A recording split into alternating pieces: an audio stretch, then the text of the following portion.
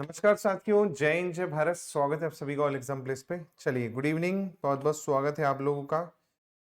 Voice clear है, video clear है सभी को? राजकुमार जी, मनीषा, दुर्गा। चलिए तो स्टार्ट करते हैं आज की क्लास को। आज की क्लास में हम जो देखने वाले मैं आपको बता दूं, तो हम यहाँ पर डिस्कस करेंगे पहले तो टीचिंग एप्टीट्यूड का सिलेबस। टीचिंग एप्टीट्यूड बहुत ही इंपॉर्टेंट टॉपिक है और काफी अच्छे क्वेश्चंस यहाँ पे आपको देखने को मिलेंगे। और ये ऐसा टॉपिक है जहां से आप देखेंगे कि पूरे 100% आप स्कोर कर सकते हो। मतलब 5 क्वेश्चन आ रहे हैं ना अगर एग्जाम में, तो 5 में से पांचों आपको बन जाएंगे अगर आपने जो मैंने आपको पढ़ाया है वो पढ़ लिया तो। ठीक है, इसके साथ साथ इसी में हम देखेंगे जो लास्ट ईयर में एमपी सेट में क्वेश्चन पूछा गया था। जी हाँ, एमपी सेट के क्वेश्चन देखेंगे हम यहाँ पर 2023 में जो आए थे। इसके अलावा 2018 में जब पेपर हुआ था तो वो भी क्वेश्चन हम टीचिंग एप्टीट्यूड का क्या करेंगे, बाकायदा आपका डिस्कस करेंगे। चलिए तो गुड इवनिंग, बहुत बहुत स्वागत है आप लोगों का। जल्दी से जुड़ जाइए, सभी को क्लियर है आवाज और वॉइस, वीडियो क्लियर है? हाँ, गुड इवनिंग मनीषा जी। चलिए स्टार्ट करते हैं दोस्तों, है ना। शिक्षण अभिक्षमता, है ना। टीचिंग एप्टीट्यूड, शिक्षण अभिक्षमता बहुत ही अच्छा सब्जेक्ट है ना। और बहुत ही इजी है, एक बार आपको बस पढ़ना है। आराम से इसमें पूरे क्वेश्चंस क्या कर पाओगे, आप अच्छे से कर पाओगे अगर आपने पूरा सिलेबस पढ़ रखा है। और क्वेश्चंस भी है ना, ऐसा नहीं कि बहुत टफ लेवल के बनेंगे, बहुत इजी लेवल पे आपको क्वेश्चन देखने को मिलेंगे। चलिए तो पहले तो सिलेबस यहाँ पर थोड़ा सा अपन डिस्कस कर लेते हैं। सिलेबस डिस्कस करने से आपको पता रहेगा आपको क्या क्या पढ़ना है। सबसे पहले जो पॉइंट है वो है टीचिंग, यानी आपका शिक्षण। उसके अंतर्गत आप देखेंगे तो अवधारणा, उद्देश्य, शिक्षण का स्तर, है ना, विशेषताएं और मूल अपेक्षा। तो पहला टॉपिक बहुत इंपॉर्टेंट है। यहां से एक क्वेश्चन आप देखेंगे आपको आता है, खासकर आप देखेंगे लेवल ऑफ टीचिंग पे। जी हाँ, जो अलग अलग स्तर होते हैं उससे आपको एक क्वेश्चन कंफर्म एग्जाम में देखने को मिलेगा, है ना। लेवल ऑफ टीचिंग से एक क्वेश्चन आपको आना ही आना है ना। इसके अलावा शिक्षण की अवधारणा क्या होती है ना। बेसिकली आपका ये पूछ सकता है शिक्षक एक शिक्षण की प्रकृति क्या होती है, विशेषता क्या होती है, नेचर और कैरेक्टरिस्टिक आपको पूछ सकता है ना।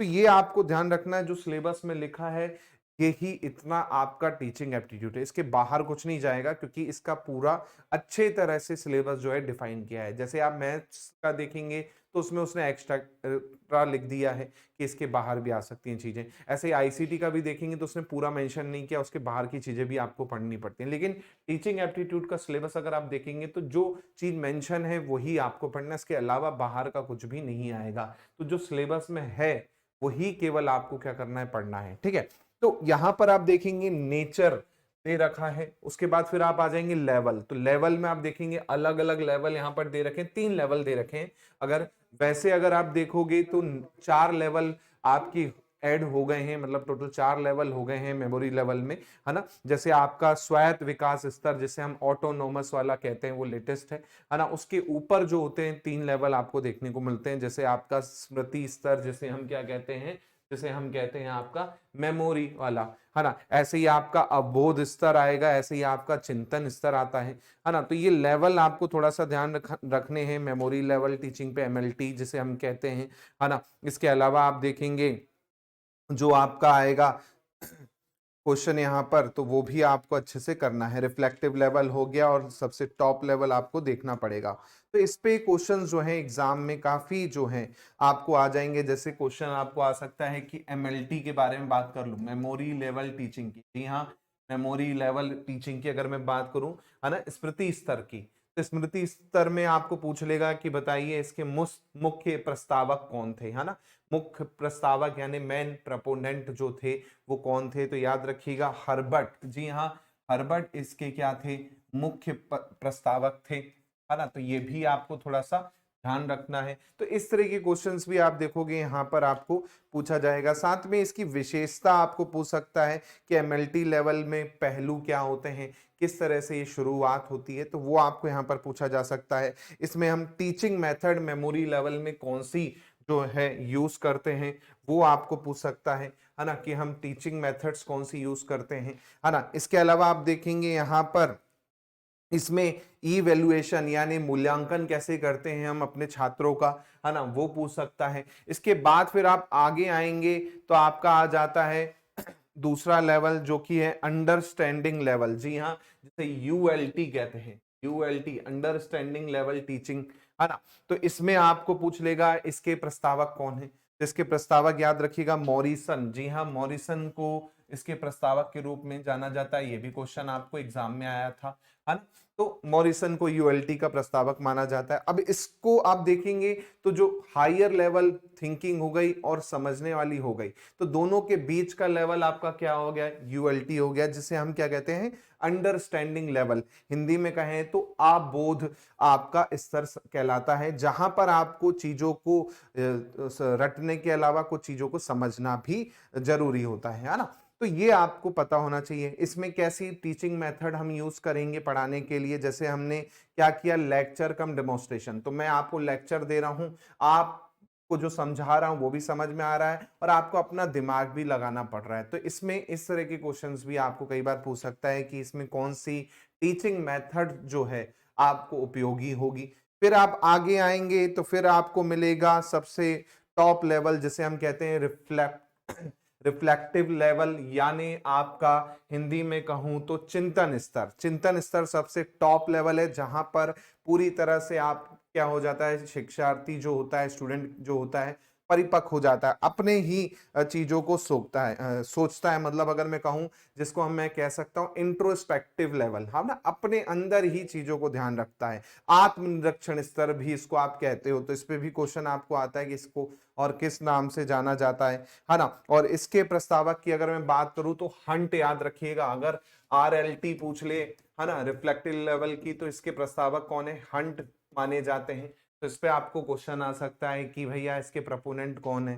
तो हंट आपके आरएलटी लेवल के क्या है, प्रस्तावक माने जाते हैं। अब इसमें बहुत सारी चीजें आपकी बताई गई है कि किस तरह से रिफ्लेक्टिव लेवल जो होता है वो शिक्षार्थी केंद्रित होता है ना। तो इस तरह के क्वेश्चंस भी आपको क्या है यहाँ पर पूछे जा सकते हैं, है ना। और सबसे टॉप लेवल जहां पर सबसे ज्यादा सोचना पड़ता है वो आपका आरएलटी लेवल होता है। तो यहां पर इसलिए मैंने इसको जोड़ दिया लेवल ऑफ टीचिंग वाले पे, क्योंकि यहां से कंफर्म है क्वेश्चन एग्जाम में आएगा ही आएगा, है ना। इसलिए मैंने इसको थोड़ा सा आपको और डिटेल में बताया कि यहां से क्या क्या क्वेश्चंस बन सकते हैं ना, कि मेथड कौन सी होती है, प्रस्तावक कौन हो सकता है।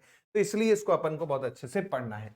फिर आप देखेंगे आपका सेकंड टॉपिक जो यहां पर लिखा है वो है लर्नर की कैरेक्टरिस्टिक। अभी हमने किसकी कैरेक्टरिस्टिक देखी, अभी हमने टीचर की कैरेक्टरिस्टिक यहां पर देखी कि एक अच्छे टीचर में क्या क्वालिटी होनी चाहिए, है ना। एक अच्छा टीचर कैसा होता है वो आपका ऊपर वाले टॉपिक में, पहले वाले टॉपिक में आ गई। उसके बाद जब आप आओगे तो सेकंड टॉपिक जो है वो है लर्नर कैरेक्टरिस्टिक। मतलब एक जो स्टूडेंट है उसकी कैरेक्टरिस्टिक यानी विशेषता क्या हो सकती है भाई।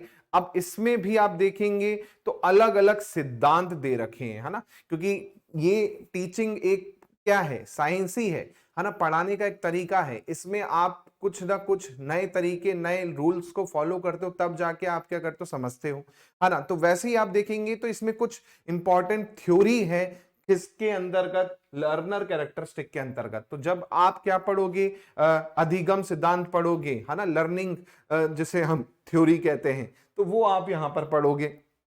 अब इसमें जैसे अगर मैं बात करूं तो अलग अलग सिद्धांत होते हैं, जैसे आपका लॉ ऑफ इफेक्ट हो गया, है ना, लॉ ऑफ रीडनेस हो गया, कि भाई अच्छे से आप पढ़ के जाओगे तो एग्जाम में आपका क्या होगा, मार्क्स आएंगे, तो लॉ ऑफ रीडनेस, है ना। इसी प्रकार आप पढ़ोगे क्या, बिहेवियरिस्ट स्कूल ऑफ थॉट, यानी विचार का व्यवहारवादी स्कूल का नीति एक रूल है इसके अंतर्गत, है ना, वो पढ़ोगे। ऐसे ही आप प्रिंसिपल ऑफ लर्निंग पे भी आओगे कि लर्निंग कैसे की जाती है ना। अधिगम के सिद्धांत पे भी आओगे, वो भी आपको देखने को यहां पर क्या होगा, मिलेगा। अगर मैं बात करूं, इसमें बहुत सारे आपके अधिगम के सिद्धांत हैं, यानी लर्निंग के आपके प्रिंसिपल दे रखे हैं, अलग अलग हैं। जैसे प्रिंसिपल ऑफ रिवॉर्ड, जैसे प्रिंसिपल ऑफ रिवॉर्ड कहते हैं, पुरस्कार का सिद्धांत कहते हैं। जैसे कई बार क्या होता है ना, हम स्कूल में पढ़ाते हैं, जो सही आंसर देगा मैं उसे चॉकलेट दूंगा, या जो फर्स्ट आएगा मैं उसे गिफ्ट दूंगा। तो ये क्या है, एक्चुअली में लर्निंग का सिद्धांत है। आप उस पुरस्कार की लालच में क्या करते हो, पढ़ते हो कि नहीं यार मुझे तो क्लास में फर्स्ट आना है,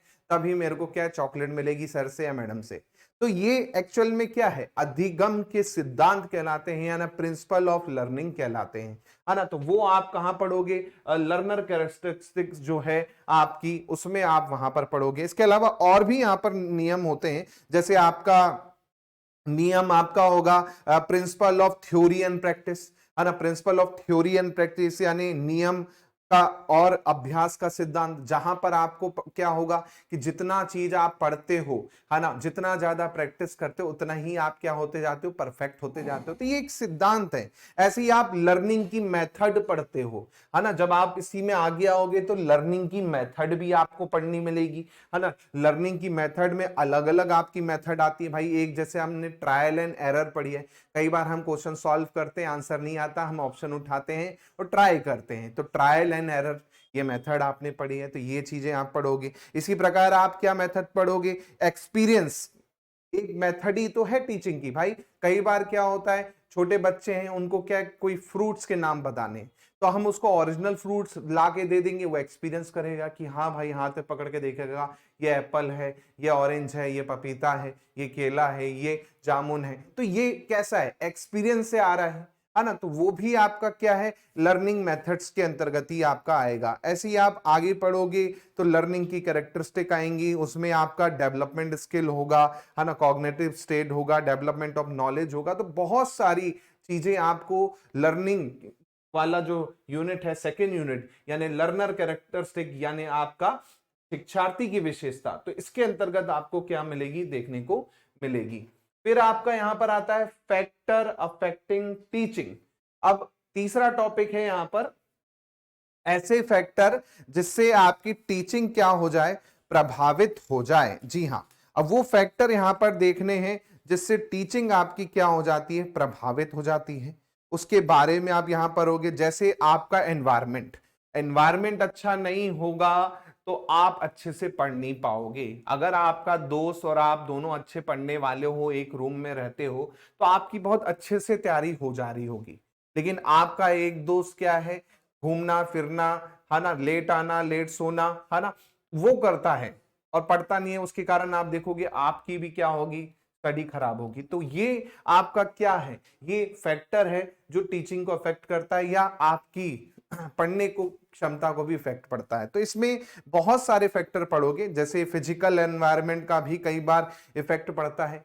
गर्मी का दिन है ना, एकदम टीन वाला स्कूल था हमारा, जैसे बचपन में हम सरकारी स्कूल से पढ़े, है ना, तो टीन वाला स्कूल, ऊपर छपरा से, कभी बारिश है तो पानी टपक रहा है स्कूल के ऊपर से, है ना। तो उससे क्या है, फिजिकल एनवायरनमेंट का भी काफी फर्क पड़ा, ना पढ़ाने वाले को मजा आएगा ना पढ़ने वाले को मजा आएगा। ऐसे ही आप क्या करेंगे, सोशल एनवायरनमेंट का भी कई बार क्या होता है, फर्क पड़ता है ना। सामाजिक वातावरण का भी फर्क पड़ता है कई बार। कई बार क्या होता है, कोई बच्चे को बेचारे को कुछ समझ नहीं आया, है ना, वो उसने पूछ लिया तो हंसी का पात्र बन जाता है, उसके कारण फिर क्या होता है, उसका मन नहीं लगता कि यार मेरे को ये नहीं बना था, सब मेरा मजाक उड़ाने लगे, अब मैं नहीं पूछूंगा। तो ये आप क्या पढ़ोगे, factor affecting teaching related to, इसमें पढ़ोगे। तो टीचर को कैसे इफेक्ट पड़ता है, जो लर्नर है उसको कैसे इफेक्ट पड़ेगा, सपोर्ट मटेरियल। अब सपोर्ट मटेरियल मतलब बोर्ड ही अच्छा नहीं है पढ़ाने का, तो कैसे बच्चों को अच्छे से पढ़ा पाओगे, है ना। इसी प्रकार आप क्या पढ़ोगे, जो अलग से फैसिलिटीज अच्छी नहीं है आपके पास में, आपके पास एमपी पढ़ाना है तो एमपी का मैप नहीं है, आप कैसे पढ़ा पाओगे, इंडिया है तो इंडिया का मैप नहीं है, तो आप कैसे पढ़ा पाओगे। ऐसे ही लर्निंग एनवायरनमेंट और इंस्टीट्यूशन, तो जो मैंने अभी बताया लर्निंग एनवायरनमेंट आपका इंपॉर्टेंट होता है, क्योंकि लर्निंग एनवायरनमेंट अगर अच्छा नहीं है तो आप ना पढ़ सकते हो ना पढ़ा सकते हो। तो ये कुछ चीजें जो हैं बेसिक कंडीशन होती हैं आपके किसके लिए, एक टीचिंग के लिए। तो ऐसा नहीं है कि टीचिंग कहीं भी हो जाती, टीचिंग के लिए भी कुछ चीजें जरूरी होती हैं, तो वो आप थर्ड यूनिट में पढ़ोगे। फिर आते हैं दोस्तों फोर्थ टॉपिक। फोर्थ टॉपिक को समझिएगा यहां पर, है ना। फोर्थ टॉपिक जो है यहां पर आप क्या देखेंगे, methods of teaching in institution of higher learning. जी हां, आपको अलग अलग मेथड के बारे में क्या होगा यहां पर जानने को मिलेगा, कि भाई अलग अलग मेथड जो होती हैं वो आपकी कौन सी होंगी। अब मेथड्स में आपकी जो मेन मेथड्स हैं, टीचर सेंटर मेथड हो गई, स्टूडेंट सेंटर मेथड हो गई, है ना, और आपकी मिक्स्ड मेथड हो गई। ये 3 मेथड आपकी होती हैं। टीचर सेंटर मतलब आपके टीचर केंद्रित, या मैं कहूं अध्यापक केंद्रित पद्धति, जहां पर मैं एक्टिव हूं और आप जो स्टूडेंट है वो क्या है, पैसिव है। तो वो आपकी मेथड होती है टीचर केंद्रित। टीचर केंद्रित मेथड में जैसे लेक्चर मैं दे रहा हूं, ये आपका मेथड है, क्योंकि यहां पर मैं ही बोले जा रहा हूं, आप केवल सुन रहे हैं या आप केवल देख रहे हैं। ये आपकी टीचर केंद्रित मेथड है। इसी प्रकार आपका टेलीविजन और वीडियो का यूज करना, मान के चलिए यहां पे मैं कोई वीडियो चला दूं पीछे, उसको आप देख रहे हो, उससे आप पढ़ रहे हो, वो भी आपका क्या है, टीचर केंद्रित है। इसी प्रकार इसका उल्टा आप देखेंगे, स्टूडेंट केंद्रित, जिसे हम क्या कहते हैं, शिक्षार्थी केंद्रित, लर्नर सेंटर। तो लर्नर सेंटर में आपको इंपॉर्टेंट होता है स्टूडेंट, टीचर का साइड रोल हो जाता है, स्टूडेंट का मेन रोल हो जाता है। जैसे अगर मैं कहूं आपका असाइनमेंट मैंने आपको दे दिया, तो यहां पर मैंने अपना काम कर दिया, अब किसको करना है, असाइनमेंट आपको करना है। या फिर मैंने कहा कि मैंने आपको कंप्यूटर असिस्टेड लर्निंग दे दी, मैंने कंप्यूटर पे आधारित चीजें दे दी, तो वहां पर मैंने आपको सिखा दिया कि हाँ बेटा पीपीटी ऐसे बनाते हैं। अब बनाना किसको है, अब बनाना है आपको है। तो वो आपकी मेथड कैसी हो गई, आपके ऊपर है, आप ही किस तरह से उसको करेंगे। तो वो मेथड आपकी कहलाएगी स्टूडेंट सेंटर। इसी प्रकार दोनों के बीच वाली मेथड होती है, जहां पर टीचर और स्टूडेंट दोनों ही अच्छे से पार्टिसिपेट करते हैं, वो कहलाती है मिक्स मेथड। मिक्स मेथड में जैसे मैं ग्रुप डिस्कशन करूंगा, तो ग्रुप डिस्कशन में बहुत सारे स्टूडेंट होंगे, मैं लीडर हूंगा ग्रुप का। मैंने एक टॉपिक दे दिया, उसमें बोला कि आपको क्या करना है, संवाद करना है, उस पे आपको क्या करना है, चीजों को बोलना है। तो आप क्या करोगे, आप अपने अपने विचार रखोगे, मैं जहां पे लगेगा कि आपको करेक्ट करना है मैं वहां पे करेक्ट करूंगा। तो ये मेथड आपकी क्या कहलाएगी, student centre sorry mix method कहलाएगी, क्योंकि यहाँ पर टीचर भी पार्टिसिपेट कर रहा है और स्टूडेंट भी पार्टिसिपेट कर रहा है, दोनों का ही बहुत बड़ा योगदान है। ऐसे ही सेमिनार, सेमिनार भी क्या है, मिक्स मेथड है। ऐसे ही आपका पैनल डिस्कशन, जैसे कई बार आप इंटरव्यू में बैठते हैं, है ना, तो इंटरव्यू में पैनल डिस्कशन होता है, सामने से क्वेश्चन आते हैं, आप पूछते हो, तो दोनों का ही योगदान होता है। इसलिए इस मेथड को आप क्या कहते हैं, मिक्स मेथड कहते हैं। तो ये मेथड्स जो हैं टीचिंग की, ये आपको अलग अलग तरीके से पढ़नी होंगी। इसमें एक एक मेथड जो है उसके बारे में डिटेल में क्वेश्चन आपको एग्जाम में आ सकता है, तो बहुत अच्छे से इनको दोस्तों आपको क्या करना होगा। ठीक है, अब थोड़ा सा नीचे आ जाइए, तो ऑफलाइन और ऑनलाइन यहां पर दे रखा है। तो भाई ऑफलाइन और ऑनलाइन मेथड्स में क्या फर्क होता है, जी हाँ, ऑफलाइन मेथड और ऑनलाइन मेथड में क्या फर्क होता है उसके बारे में हम चर्चा करेंगे कि भाई ऑफलाइन में क्या हम यूज करते थे, ऑफलाइन में हम क्या यूज कर रहे हैं। तो दोनों में जो डिफरेंस है उसके बारे में आप क्या करोगे, चर्चा करोगे, है ना। तो वो आपको यहां पर पढ़ना है। फॉर एग्जांपल ऑफलाइन में क्या है, आपको एक पर्टिकुलर टाइम पे जाना ही होगा। ऑनलाइन में ऐसा नहीं है, आप रिकॉर्डेड भी देख सकते हो, कभी भी आके देख सकते हो, कैसे भी देख सकते हो। भाई लेटे हैं, लेट के देख लिए। लेकिन ऑफलाइन में ऐसा कर पाओगे क्या कि लेट के हम ऐसे देख रहे हैं, तुरंत एक सट से स्केल आती है, चौक आएगी कि भैया क्लास में उठ जाओ, है ना। तो ये चीजें कुछ फायदे हैं, कुछ नुकसान है, वो हम यहाँ पर देखेंगे। उसके बाद यहाँ पर जो टेक्नोलॉजी वाला पार्ट आता है, जिसमें आपका क्या दे रखा है, स्वयं दे रखा है, स्वयं प्रभा दे रखा है, मॉक दे रखा है। तो इनके बारे में बहुत डिटेल में आपको पढ़ना होगा, क्योंकि यहां से भी आप देखेंगे क्वेश्चन आपको आता है, चाहे स्वयं की बात करूं चाहे स्वयं प्रभा की बात करूं, इन पे आप देखोगे डायरेक्ट क्वेश्चंस आपके एग्जाम में देखने को यहां पर मिलेगा, है ना, कि कितने डीटीएच चैनल चल रहे हैं, किसकी सहायता से चल रहे हैं, है ना। तो ऐसे क्वेश्चंस भी यहाँ पर आपको देखने को मिलेंगे, है ना। मॉक पे क्वेश्चन आ जाएगा कि भाई मॉक का फुल फॉर्म क्या है, MOOC जो लिखा है यहाँ पर, इसका फुल फॉर्म आपको पूछ सकता है कि भाई मॉक का फुल फॉर्म क्या है। या फिर आपको नेप्टेल पे क्वेश्चन आ गया था, जैसे लास्ट ईयर, नेप्टेल का फुल फॉर्म पूछ ले, है ना, नेप्टेल का फुल फॉर्म पूछ ले, एनसीईआरटी का फुल फॉर्म पूछ ले। तो ये कुछ चीजें जो हैं आपको यहाँ पर क्या है, पूछी जा सकती है मॉक से जुड़ी हुई, है ना। इसके अलावा आपकी IIT BX करके है ना, वो पूछा जा सकता है। स्वयं का फुल फॉर्म आप देखेंगे, आपको कई एग्जाम्स में स्वयं का फुल फॉर्म भी पूछा है, वो आपको पूछ सकता है क्या स्वयं। तो ये आपको पूरा पढ़ना होगा। मूक किट क्या है ना, MOOKIT मूक किट जिसे हम कहते हैं, इस पे क्वेश्चन आ सकता है ना। तो ये टेक्नोलॉजी जो भी नई आ रही है, जो भी नए पोर्टल हायर एजुकेशन से जुड़े हैं, तो उस पे भी आपको यहाँ पर क्या है क्वेश्चन देखने को मिल सकता है। ठीक है, फिर आ जाओ नीचे, अगला टॉपिक है पांचवा टॉपिक जो कि है आपका टीचिंग सपोर्ट सिस्टम।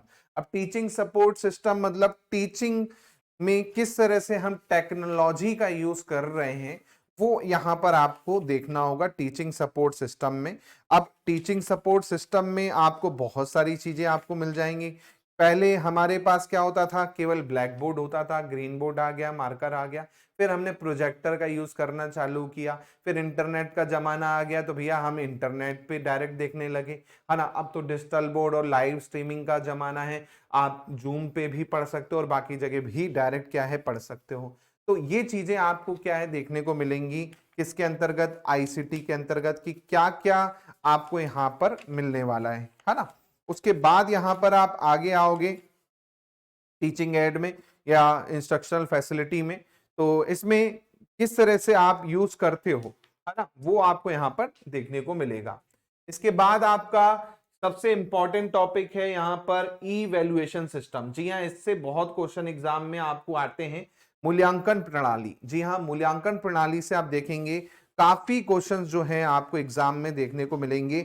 अलग अलग इसमें आप क्या पढ़ोगे, मूल्यांकन का तरीका पढ़ोगे, अलग अलग मापदंड होते हैं, उसके आधार पर आप पढ़ते हो। जैसे एक क्वेश्चन आपको आया था सीबीसीएस पे, है ना, सीबीसीएस का फुल फॉर्म ही पूछ लिया था उसने, है ना। सीबीसीएस क्या है, चॉइस बेस्ड क्रेडिट सिस्टम, या मैं कहूं विकल्प आधारित क्रेडिट प्रणाली, इस पे क्वेश्चन आया था सीबीसीएस पे। ये भी आपका क्या है 2015 से आप देखेंगे ये आपका क्या किया है, लागू किया गया है प्रणाली जो है सीबीसीएस सिस्टम जो है ना। तो ये भी आपको ध्यान रखना है। इसके अलावा अलग अलग टेस्ट आप पढ़ते हो, है ना, इवैल्यूएशन के तरीके किस तरह से होंगे, अलग अलग तरीके जो होंगे वो आप पढ़ोगे।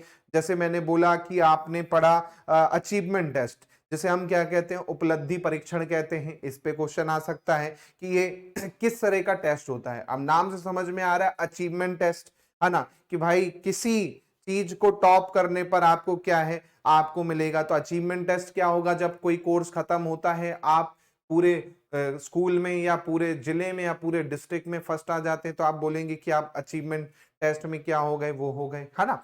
इसी प्रकार आप देखेंगे यहां पर आपका डायग्नोस्टिक टेस्ट होता है ना। ऐसे ही आपका एप्टीट्यूड टेस्ट होगा। तो अलग अलग टेस्ट जो हैं उनके अलग अलग उद्देश्य होते हैं, वो आपको यहाँ पर क्या होंगे देखने को मिलेंगे, पढ़ने को मिलेंगे। इसके अलावा आप देखेंगे जो आपको इंपॉर्टेंट है सीबीटी, जैसे कंप्यूटर बेस्ड टेस्टिंग होती है ना।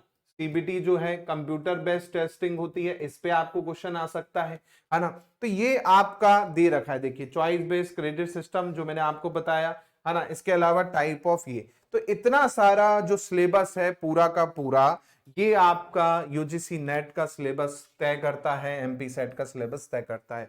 तो टीचिंग एप्टीट्यूड में यही खास बात है कि जो सिलेबस है आपका पूरा मेंशन है और उसके बाहर जो है आपको एग्जाम में नहीं जाएगा। सबसे बड़ी बात यही है कि यहाँ पर एग्जाम में बाहर बिल्कुल भी आपको नहीं जाएगा और पूरा का पूरा इसी सिलेबस में आपको आएगा। जितने टॉपिक आपने दोस्तों पढ़े हैं यही टॉपिक आपको एग्जाम में पूछे जाते हैं, इसके बाहर कुछ भी नहीं आएगा। सबसे बड़ी बात ये है टीचिंग एप्टीट्यूड की। और दूसरी चीज, एक बार ये टॉपिक पूरे कवर करते हो तो 5 में से 5 क्वेश्चन आप क्या कर सकते हो, एग्जाम में सही कर सकते हो। और बहुत सारे क्वेश्चन ऐसे होंगे जो आपने फील किए होंगे, क्लासरूम पे आधारित होंगे, है ना। जैसे कोई आप क्लासरूम में टीचर हो तो उस पे आधारित क्वेश्चन भी आपको यहां पर देखने को मिलेंगे। चलिए अब यहां पर मैं क्वेश्चन दिखा देता हूं आपको, एमपी सेट के क्वेश्चन किस तरह के आए थे। चलिए तो एमपी सेट का पेपर यहां पर डिस्कस कर रहा हूं मैं 2023 का जो अगस्त में हुआ था, ताकि आपको एक आइडिया हो जाए कि क्वेश्चन कैसे आए थे टीचिंग एप्टीट्यूड पे। कोई डाउट लगे तो दोस्तों कमेंट बॉक्स में कमेंट करके पूछ सकते हैं, है ना। जितना मेरे को अभी तक समझाना था वो मैंने आपको समझा लिया। चलिए चलिए, गुड इवनिंग नरोत्तम लोधी जी, स्वागत है आपका ना। सबका नाम लेना पॉसिबल नहीं है लाइव क्लास में, क्योंकि फिर बाद में जो बच्चे देखेंगे उनके लिए डिस्टरबेंस हो जाएगा, तो इसलिए अपन नाम लेना शुरुआत में कर सकते हैं लेकिन बीच में अवॉइड ही करेंगे, ठीक है। चलिए पहला क्वेश्चन आप देखें जिसमें पूछा गया है कि which of following DTH channel are meant to support and reach who do not have access to internet। या इंटरनेट जहां पर नहीं पहुंच पाया है उनके लिए डीटीएच चैनल जो है ये आपका चालू किया गया था। इस डीटीएच चैनल का जो नाम है ये आपको बताना है। डीटीएच चैनल का नाम बताना है। डीटीएच प्रणाली जो है आपकी शुरू की गई थी, इसके बारे में आपको बताना है। चलिए, शुरुआत में अगर आप देखेंगे तो मैं आपको बता दूं, शुरुआत में अगर आप देखेंगे तो 34 जी हाँ डीटीएच चैनल चालू किए गए थे। इसका नाम है स्वयं प्रभा, है ना, स्वयं प्रभा एजुकेशन के नाम से आप जाना जाता है ना। ये क्वेश्चन आपका आया था डायरेक्ट, स्वयं प्रभा के नाम से जाना जाता है। 34 डीटीएच चैनल शुरुआत में इसके शुरू किए गए थे। जी सेट आपने देखा होगा, जी सेट के थ्रू आपका जी सैटेलाइट जो 15 है उसके थ्रू लॉन्च किया गया था, जिसकी सहायता से 24x7 यानी 24 घंटे 7 दिन बकायदा क्या है ये डीटीएच चैनल आपको देखने को मिल जाते हैं, जिसमें आपके नेपटेल के लेक्चर हो गए, आईआईटी के लेक्चर्स हो गए, यूजीसी नेट के यूजीसी से रिलेटेड हो गई चीजें, है ना। तो अलग अलग हायर एजुकेशन से जुड़ी जो सामग्री है वो आपको इन चैनल्स में देखने को मिल जाती है। प्रतिदिन आप देखेंगे तो कम से कम 4 घंटे इसमें लेक्चर बकायदा चलते रहते हैं, है ना। कम से कम इसमें आप देखेंगे तो स्कूल का भी है ना। इसके अलावा आप देखेंगे हायर एजुकेशन का भी है, इंजीनियरिंग का देखोगे, लॉ का देखोगे, एमबीए का देखोगे, ए टू जेड, मतलब हायर एजुकेशन में तो सभी है। स्कूल का भी आप देखेंगे तो यहाँ पर 9वीं से 12वीं तक। इसके अलावा जो विदेश जाना चाहते हैं तो विदेश में होने वाली कुछ परीक्षाएं उनका भी आपको इन चैनलों पर क्या होगा, मिल जाएगा।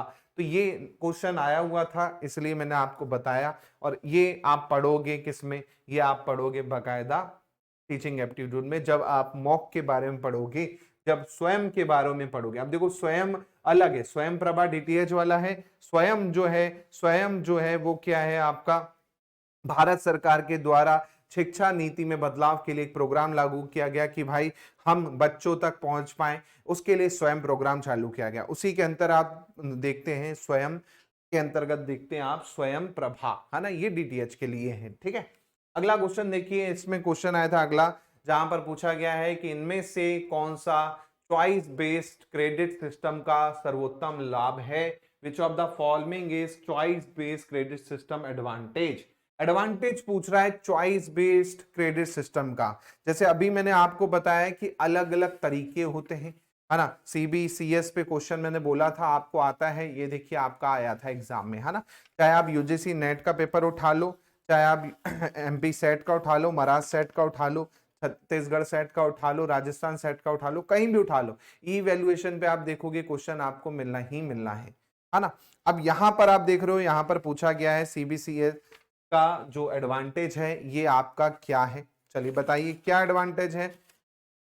पहला आपको बोला जा रहा है कि शिक्षक केंद्रित है, तो बिल्कुल आपका क्या है। फिर बोल रहा है कंटेंट सेंट्रेड है, नहीं है भाई।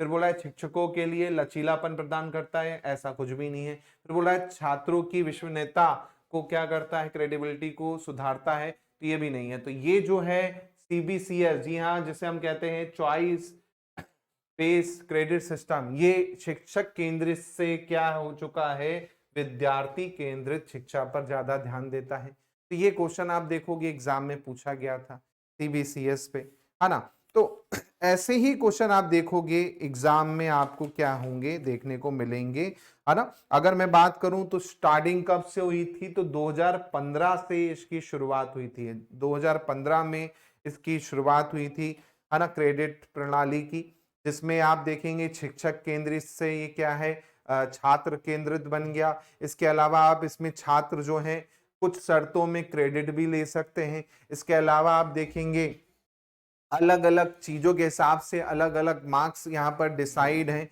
है ना। जैसे आप इंट्रा अनुशासनात्मक चीजें करते हैं, कौशल पाठ्यक्रम की चयन की अनुमति देते हैं, तो एक से ज्यादा सब्जेक्ट भी आप यहाँ पर क्या कर सकते हो, ले सकते हो। जैसे छात्र अर्थशास्त्र के साथ में भौतिकी भी ले सकता है, तो ये चॉइस बेस्ड क्रेडिट सिस्टम आपको यहाँ पर दे रखा है। इसमें आप क्या है अलग अलग समय पर विभिन्न संस्थान में अध्ययन भी कर सकते हैं, ये भी आपको फैसिलिटी दे रखी है। इसके अलावा आप देखेंगे एक संस्था में जो अर्जित आपके क्रेडिट हैं दूसरे संस्था में क्या हो सकते हैं, क्रेडिट हो सकते हैं। मतलब आपने जो स्कोर किया है एक संस्था में वो आप दूसरे संस्था में क्या कर सकते हो, उसको स्थानांतरित कर सकते हो। तो ये आपका सीबीसीएस के कुछ चीजें मैंने आपको बताई है। ठीक है, अगला क्वेश्चन आया है, शिक्षण क्या है, कैसी प्रक्रिया है, टीचिंग जो है कैसी प्रक्रिया है, ये यहाँ पर क्या है आपको पूछा गया था। टीचिंग कैसी प्रक्रिया है ये आपको पूछा गया था, तो बहुत ही याद रखना टीचिंग कैसी है, त्रिध्रुवीय प्रक्रिया है, ट्राइपोलर। जी हाँ, टीचिंग कैसी प्रक्रिया है, ट्राइपोलर प्रक्रिया है। ये क्वेश्चन आप देखो एग्जाम में पूछा गया था, काफी स्टूडेंट्स इसमें कंफ्यूज थे, लेकिन बहुत ही इंपॉर्टेंट क्वेश्चन आपको एग्जाम में आया था। टीचिंग कैसी प्रक्रिया है, ट्राइपोलर है आपकी टीचिंग, है ना, ये याद रखिएगा। टीचिंग कैसी प्रक्रिया है तो ट्राइपोलर आपकी है। इस पे क्वेश्चन आपको एग्जाम में देखने को मिला था। ठीक है, मेरे हिसाब से कोई डाउट लगे तो इसमें पूछ लीजिएगा, है ना। हाँ, सभी को क्लियर। अगला देखिएगा, अगला क्वेश्चन आया था कि निम्नलिखित में से शिक्षण स्तर कौन से होते हैं, विच of the following is level of teaching. Level of teaching आपको बताना है, तो मैंने अभी आपको बताया जो मुख्य रूप से लेवल हैं वो 3 लेवल हैं। कौन से लेवल हैं, सबसे बेसिक लेवल अगर आप देखोगे मुख्य रूप से तो वो आपका क्या है, MLT, then ULT, then RLT, है ना, मेमोरी, अंडरस्टैंडिंग और रिफ्लेक्टिव, है ना। तो सबसे बेसिक लेवल मेमोरी लेवल, है ना, जहां पर आपको याद करनी होती हैं चीजें, रटनी होती हैं। फिर यहाँ पर अंडरस्टैंडिंग में याद के साथ साथ आपको समझना होता है, रिफ्लेक्टिव में केवल और केवल आपको समझनी होती हैं चीजें। तो यहाँ पर आप देखेंगे तो आपका सी ऑप्शन आपका आंसर था। तो अब बताओ कितना इजी पेपर आया था, फिर भी कई स्टूडेंट्स ये गलत करके आए क्योंकि उन्होंने पढ़ा नहीं था। लेकिन अब क्यों घबराने की जरूरत, मैं हूं, है ना। तो मैं आप लोग का टीचिंग एप्टीट्यूड में इतने क्वेश्चन करवा दूंगा कि आपका कहीं भी गलती नहीं होगी। ठीक है, अगला क्वेश्चन है कि भाई which method of teaching developed spirit of inquiry in student. भाई बच्चों के अंदर पूछताछ की भावना को विकसित करना है तो कौन सी मेथड है, तो मेथड्स पे क्वेश्चन ये आपका देखने को मिला है एग्जाम में। अब भाई कौन सी मेथड से बच्चा क्या होगा, पूछेगा पाछेगा आपसे क्वेश्चन। कई बार होता है ना बच्चे डरते हैं सबके सामने से पूछने में, फियर लगता है उनको, बहुत ज्यादा डर लगता है ना। अब यहाँ पर बताने कौन सी मेथड्स में ये चीजें होती हैं। तो ये मेथड आपको एग्जाम में भी पूछी गई है काफी बार, है ना। तो इसको भी थोड़ा सा ध्यान रखिएगा, एग्जाम में भी इस पे क्वेश्चन आया है। इसे किस मेथड्स के नाम से जाना जाता है, तो हॉरिस्टिक मेथड कहते हैं इसको, है ना। इसको आप किस मेथड से जानते हो, हॉरिस्टिक मेथड के नाम से इसे आप जानते हो, है ना। ये याद रखिएगा, इस पे डायरेक्ट क्वेश्चन आपको आया भी है। अन्वेषण विधि जो है, हॉरिस्टिक मेथड जो अप्रोच है, इसको आप कहते हो, और बहुत ही इंपॉर्टेंट है। इस पे क्वेश्चन और भी यहाँ पर क्या है एग्जाम में देखने को आपको मिले हैं हॉरिस्टिक अप्रोच पे, है ना। तो ये भी थोड़ा सा आप ध्यान रखना, हॉरिस्टिक अप्रोच पे अगर क्वेश्चन आपको आता है तो। ठीक है, चलिए, कोई डाउट यहां तक किसी को, यहां तक सभी को क्लियर है। हाँ, किसी को कोई डाउट लगे तो पूछ लो।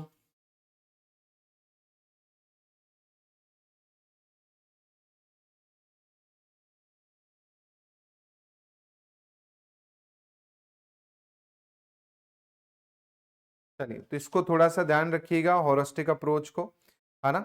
इसके अलावा आप यहाँ पर कुछ चीजें एक्स्ट्रा भी पढ़ते हैं जैसे ब्लेंडिंग लर्निंग और ये सब चीजें, वो तो अपन बाद में देखेंगे, लेकिन अभी इतना आपको ध्यान रखना है। ठीक है, अगला क्वेश्चन देखिएगा। चलिए, तो ये क्वेश्चन थे किसके, ये क्वेश्चन थे 2024 में एमपी सेट में आए हुए, जो एमपी सेट में पूछे गए थे। अब यहाँ पर मैं आपको 2018 का एमपी सेट का पेपर दिखा देता हूँ, इसमें क्वेश्चन किस तरह के आए थे ये भी देख लो, क्योंकि आपको मैं लगभग जितने पुराने पेपर उपलब्ध हैं वो मैं आपको करवा ही दे रहा हूँ, खासकर एमपी सेट के। चलिए, जैसे क्वेश्चन आया था, in teachers adjustment the main role lie with, अध्यापक के समायोजन के निम्न में से कौन सी मुख्य भूमिका पर निर्भर करता है ना। टीचर का एडजस्टमेंट जो है वो किस पे डिपेंड करेगा, टीचर आपके स्टूडेंट पे डिपेंड करेगा, कम्युनिटी पे डिपेंड करेगा, टीचर खुद पे डिपेंड करेगा या फिर प्रिंसिपल पे डिपेंड करेगा। मान के चलिए आप क्या है किसी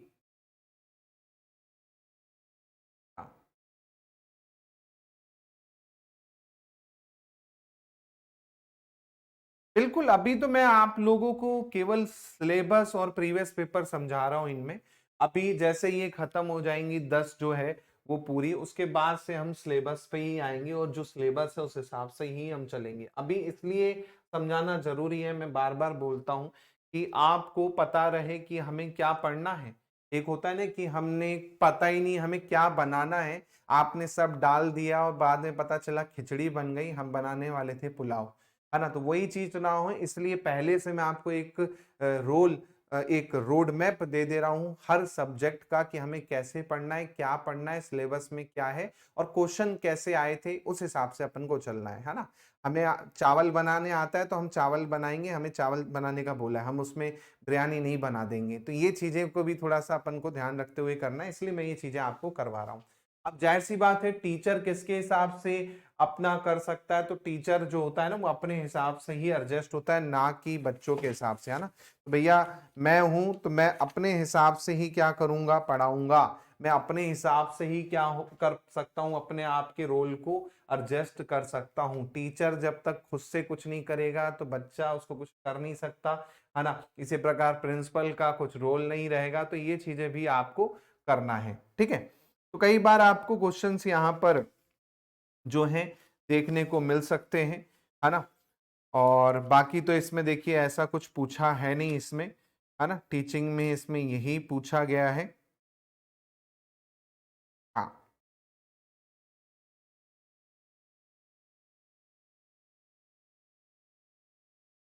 चलो आगे बढ़े।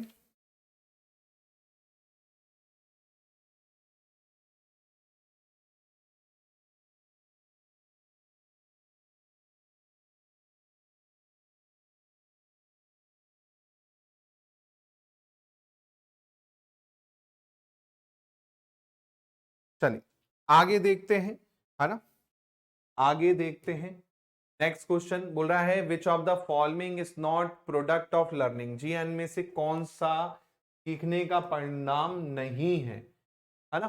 प्रोडक्ट ऑफ लर्निंग नहीं है, स्किल, एटीट्यूड, मैच्योर आपका परिपक्वता, मेच्योरेशन या फिर आपका नॉलेज। चलिए बताइए।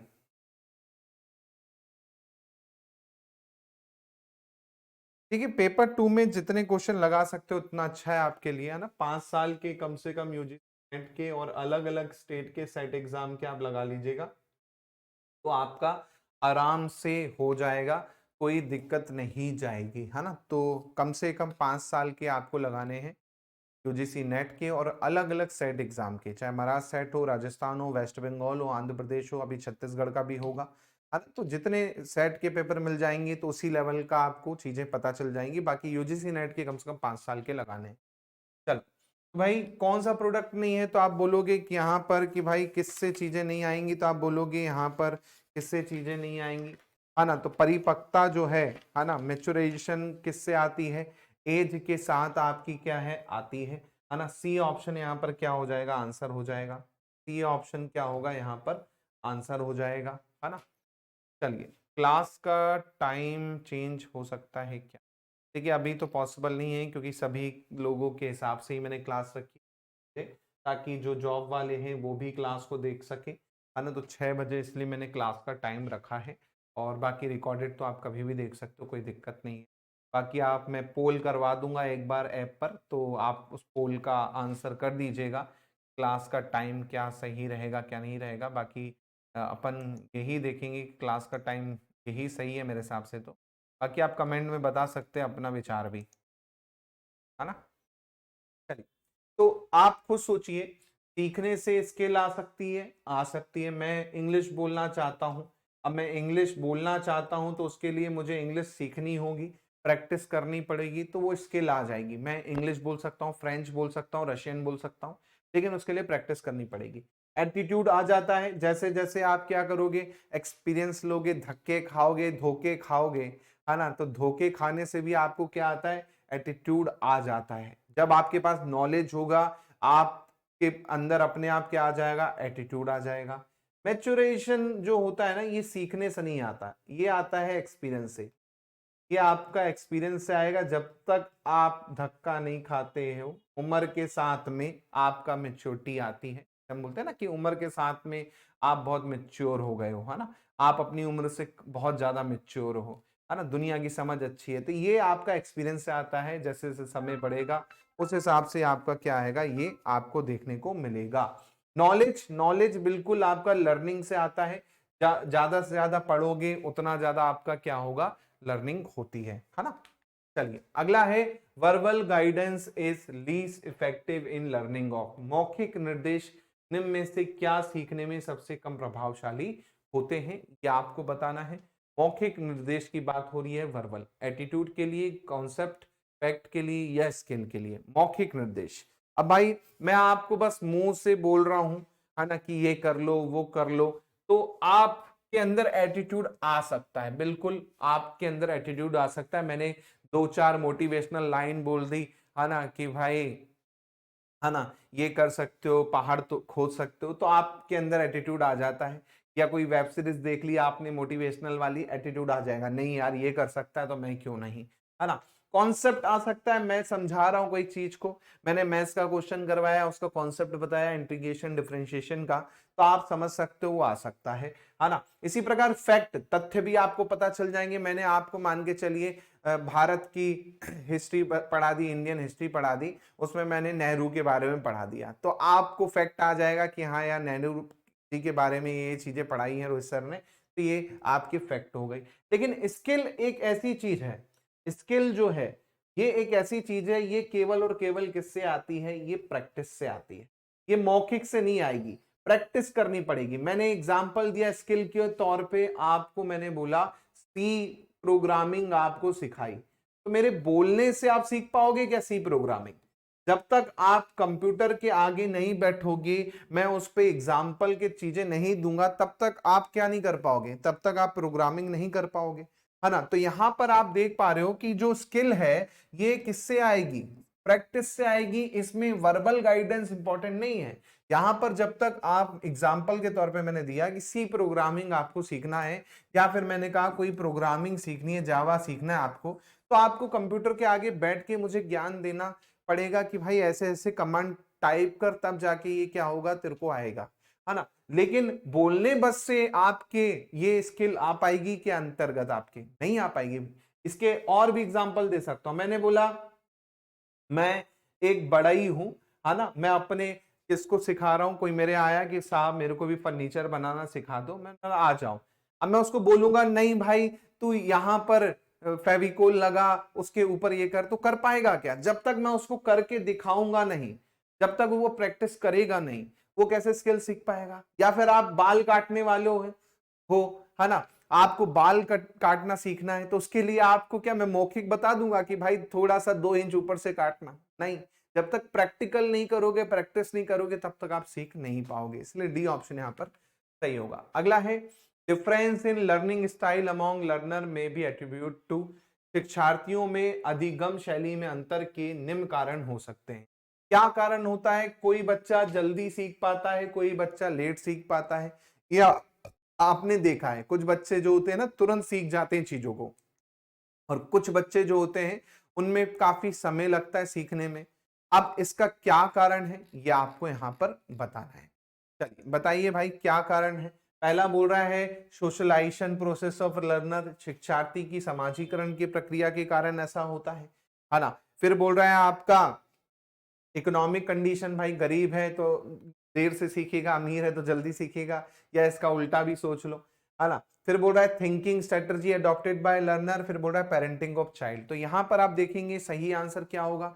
कोई भी बच्चा कैसे सीख पाता है अच्छे से जल्दी, क्योंकि उसकी सोचने की क्षमता अलग अलग होती है। कोई बच्चे को सोचने की क्षमता अलग अलग है भाई। कई बच्चे होते हैं मैथ्स में एक्सपर्ट होते हैं, 2+2 बोला तुरंत बोल देंगे 4। कई बच्चे होंगे बेचारे देखेंगे 2+2 1 2 3 4 ऐसे करेंगे। कुछ बच्चे क्या करेंगे, इस तरह से कॉपी में ऐसे लाइन बनाएंगे 1 2 1 2 3 4 4 करेंगे। तो वही मैंने कहा कि thinking strategy adopted by learner, जैसा बच्चा क्या करेगा पढ़ेगा, जैसे बच्चा सोचेगा उस हिसाब से वो क्या कर पाएगा, अलग अलग रिजल्ट दे पाएगा। रीजन है उसका अलग से सोचना। कई ऐसे स्टूडेंट्स आपके मिलेंगे, कई ऐसे फ्रेंड मिलेंगे भी आपको जो एमपी सेट की तैयारी कर रहे होंगे, लेकिन सही रणनीति से कौन कर रहा है वो इंपॉर्टेंट है। वही चीज मैं बता रहा हूं, सोचने का तरीका, पढ़ने का तरीका इंपॉर्टेंट है। कई स्टूडेंट्स क्या होंगे, मोटी मोटी बुक्स ले आएंगे और वो स्टैंडर्ड बुक्स पढ़ रहे होंगे, लेकिन उसमें से कुछ आएगा ही नहीं। एग्जाम को जिसने समझ लिया कि किस तरह से पढ़ना है, क्वेश्चन को जिसने समझ लिया ना, वो एग्जाम क्वालिफाई कर सकता है। तो वही चीज आपके यहां पर पूछी गई है। अब आप खुद सोचिए कि ऐसे क्वेश्चन आपको टीचिंग एप्टीट्यूड में आते हैं और यही आप देखेंगे दूसरे स्टेट्स में भी पूछे गए हैं।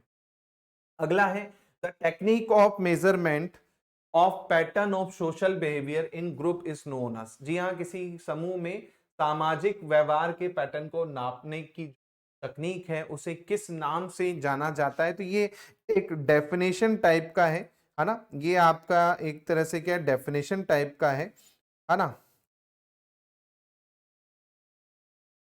ठीक है, तो ये आप देखिएगा,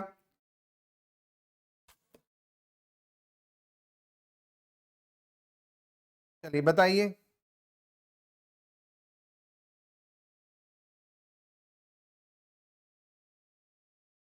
क्या होगा इसका आंसर फटाक से।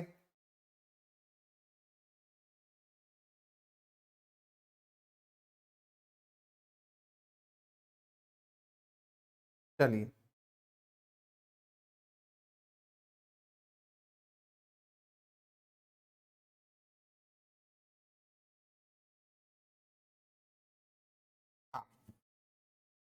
तो जाहिर सी बात है इसे किस नाम से जाना जाता है, इसे हम कहते हैं सोशियोमेट्री, समाज मिति के नाम से जाना जाता है। तो अलग अलग छोटी छोटी डेफिनेशन जो होंगी वो आप क्या पढ़ोगे, एग्जाम में पढ़ोगे, है ना। तो वो तो मैं आपको अच्छे से करवा ही दूंगा, लेकिन अभी इसको याद रखो क्योंकि उसके लिए हमें बहुत सारी डेफिनेशन होंगी जो शिक्षक से जुड़ी होंगी। जैसे मैं आपको बोल दूं, आपका फॉर एग्जाम्पल मैंने बोल दिया आपका रचनावाद के बारे में कि रचनावाद क्या होता है, या फिर मैंने आपको दे दिया, आपको एग्जाम्पल के तौर पे मैंने बोल दिया कि भाई बताइए एंड्रोलॉजिकल प्रोसेस क्या होती है, या मैंने बोल दिया हुटोगोजी क्या होती है ना। तो ये कुछ चीजें हैं जो आप जब पढ़ोगे उसके बारे में तब आपको समझ में आएगी। ऐसे ही आपकी क्या है, सोशियोमेट्री है, इसको आप पढ़ोगे तब समझ में आएगा कि इसका अर्थ जो होता है वो होता है measurement of pattern of social behaviour in group, है ना, कि किस तरह से आपका ग्रुप में बिहेवियर होता है उसको मापने की जो कला है उसे सोशियोमेट्री के नाम से जानते हो।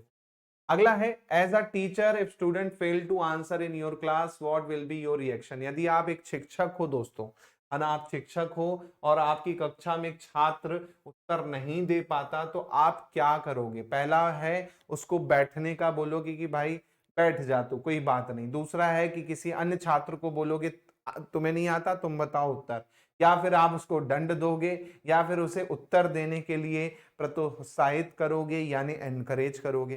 तो हमारे जमाने पर तो भाई अलग चीजें होती थी, उत्तर नहीं आया ना तो सीधे मुर्गा बनाते थे या फिर ऐसे कोनी से ऐसे मारते थे मास्टर साहब, है ना, और देते थे धमाक के, तो दंड देते थे हमें तो। लेकिन आज की डेट में या फिर जो रूल है या जो टेक्निकल चीजें हैं, प्रिंसिपल है, उस हिसाब से आप क्या करोगे, उस हिसाब से आप क्या करोगे, उसे एनकरेज करोगे, उसे बोलोगे कोई बात नहीं बेटा तू बोल के तो देख, बता तो थोड़ा सा बोला, कॉन्फिडेंस, गलती बोल दे, होता ना, तो ये बोला जाता है। तो ये आपका क्या होगा, डी आंसर होगा, है ना। लेकिन हमारे जमानों की बात अलग है ना।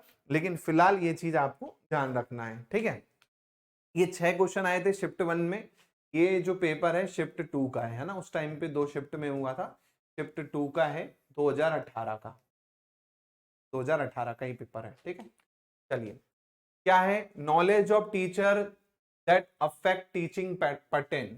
शिक्षक का ज्ञान जिसका उसके शिक्षण पर प्रभाव पड़ता है, उसका संबंध किस डोमेन से आता है, ये आपको बताना है।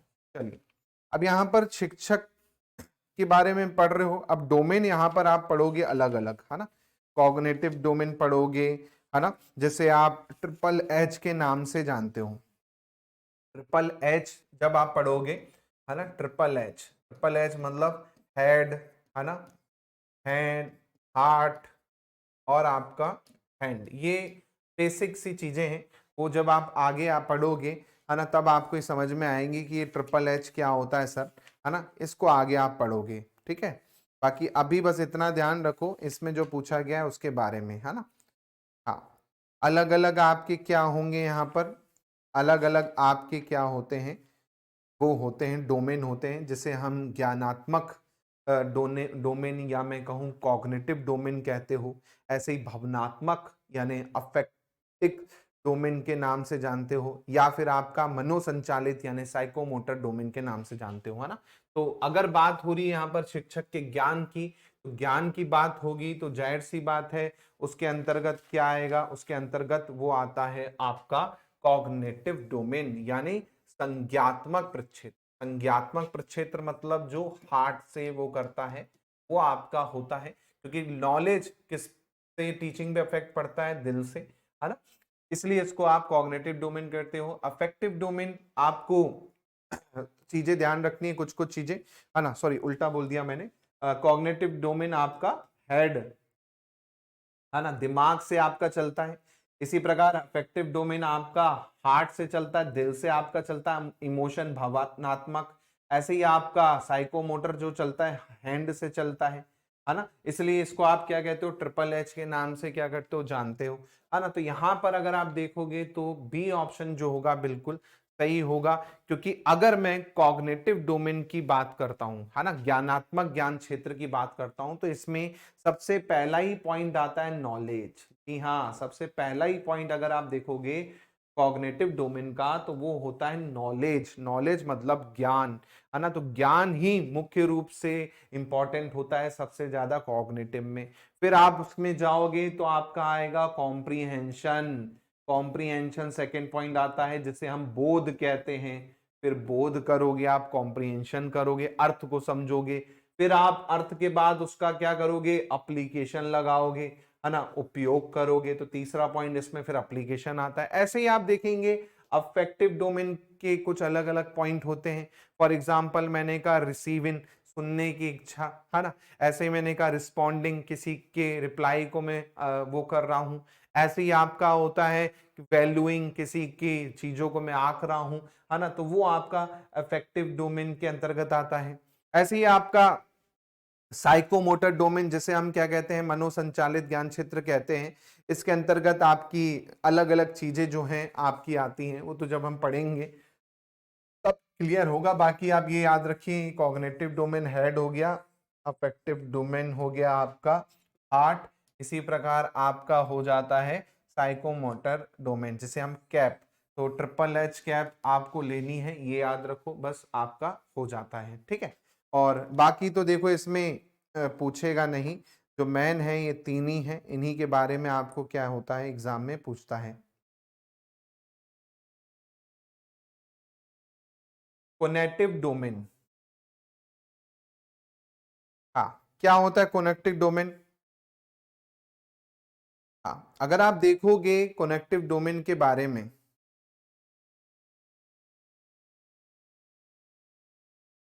तो दो चीजों को कनेक्ट करने वाला डोमेन जो है ना, दो पॉइंट को, दो रीजन को कनेक्ट करने वाला जो होता है उसे कनेक्टिव डोमेन के नाम से आप जानते हो, है ना।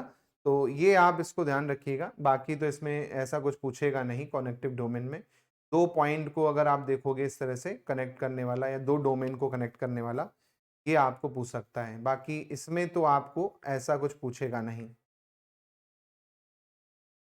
हाँ, जो मैन है वो आपको ध्यान रखना है, उस पे ही क्वेश्चन आपको आते हैं, ठीक है। मैन तीन डोमेन ही आपके होते हैं, ठीक है।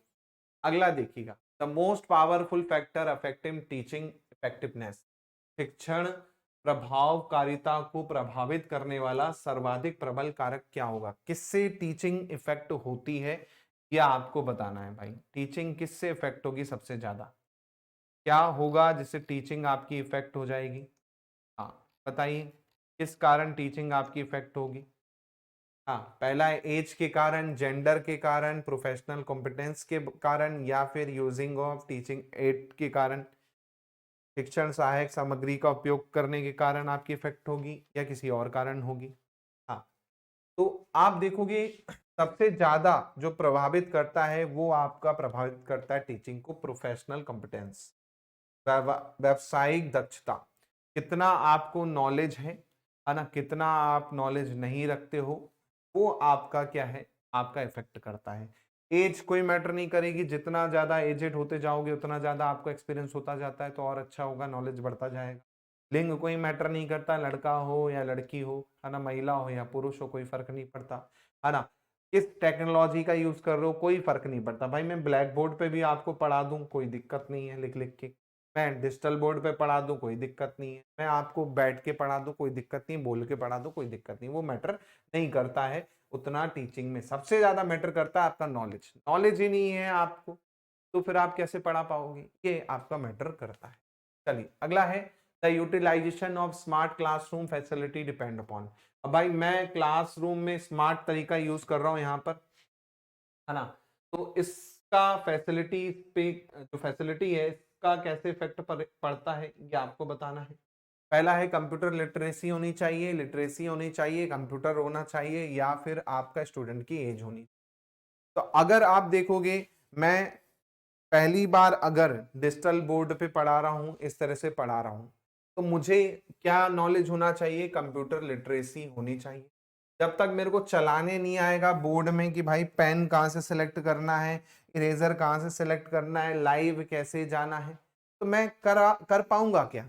तो किस पे डिपेंड करता है आपका स्मार्ट क्लास का यूटिलाइजेशन, एक डिपेंड करता है आपकी कंप्यूटर की लिटरेसी पर। हाँ हाँ, आप पढ़े लिखे हो, टीचर हो, कोई दिक्कत नहीं, अभी गांव खेड़े में चले जाओ कहीं पे तो आपको ऐसे टीचर भी मिल जाएंगे जिन्होंने अभी तक कंप्यूटर नहीं चलाया लेकिन बच्चों को पढ़ा रहे हैं। बहुत सारे ऐसे आप गांव में जाओगे आपको मिल जाएंगे, बिहार साइड में आप जाओगे एकदम ऐसे से गांव में ऐसे से टीचर मिल जाएंगे जिनको कंप्यूटर के बारे में पता तक नहीं, कभी यूज नहीं किया, लेकिन वो टीचर हैं, पढ़ाने आता है, लिटरेस, आप वो साक्षर तो हैं लेकिन कंप्यूटर साक्षरता वाले नहीं है ना। तो यहाँ पर ये आंसर हो जाएगा।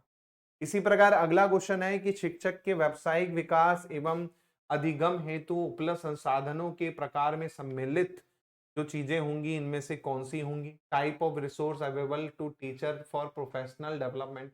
अब प्रोफेशनल डेवलपमेंट कैसे होगा एक टीचर का, तो भाई प्रोफेशनल लिटरेचर पढ़े, अगर आप अपने सब्जेक्ट के बारे में ज्यादा से ज्यादा पढ़ोगे तो आपको नॉलेज होगा। दूसरा, आपके कलीग आपके अच्छे हैं तो जाहिर सी बात है जब आपके साथ वाले पढ़ाने वाली फैकल्टी अच्छी है तो उनसे भी आपको नॉलेज मिलेगा, कलीग का भी बहुत इफेक्ट पड़ता है। फिर है प्रोफेशनल एसोसिएशन, भाई आप प्रोफेशनल एसोसिएट हो किसी संस्था में जहां पर आपके जैसे और हजारों लोग जुड़े हुए हैं जो अपने अपने ज्ञान को सेमिनार के माध्यम से, ग्रुप डिस्कशन के माध्यम से बांटते हैं, तो उससे भी आपका क्या बढ़ेगा, नॉलेज बढ़ेगा। इसी प्रकार है professional development activity, development activity में खासकर सेमिनार आ जाएगा आपका, बड़ी बड़ी कॉन्फ्रेंस होती हैं बड़े बड़े सब्जेक्ट्स पे, फॉर एग्जांपल मेडिकल के छात्र हो उसमें अलग अलग आपकी क्या होती है कॉन्फ्रेंस होती रहती हैं, तो उससे भी आपका क्या बढ़ता है, नॉलेज बढ़ता है। आप किसी टेक्नोलॉजी फील्ड में हो, कोई नई लैंग्वेज आई उसके बारे में सीखते हो, तो यहाँ पर आप देखोगे चारों ही पॉइंट सही हैं, सी ऑप्शन क्या हो जाएगा, आंसर हो जाएगा।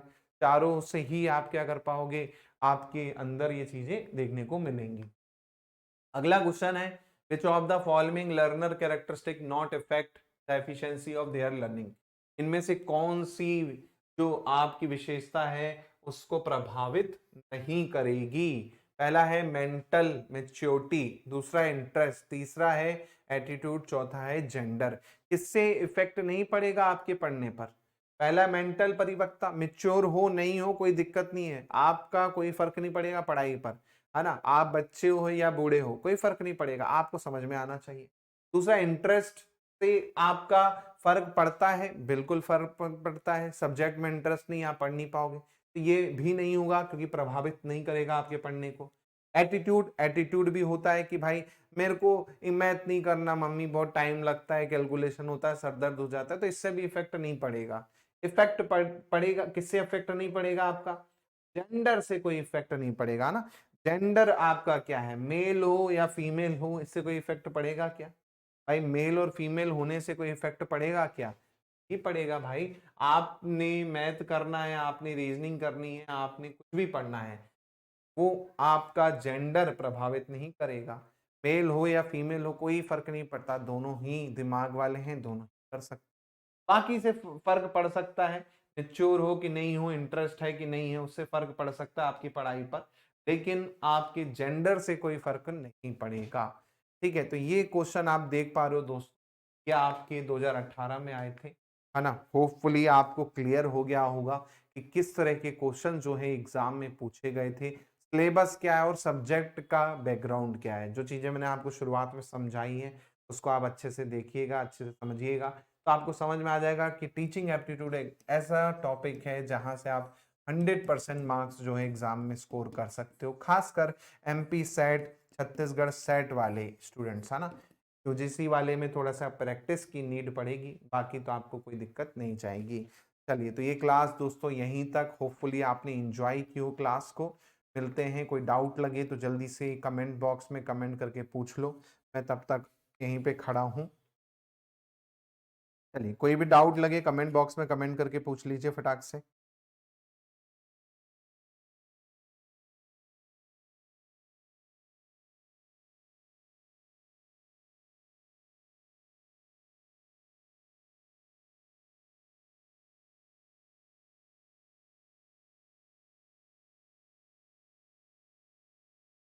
चलिए, बिल्कुल नरोत्तम लोधी जी, बिल्कुल आएगा। और किसी को कोई डाउट हो तो कमेंट करके पूछ सकले।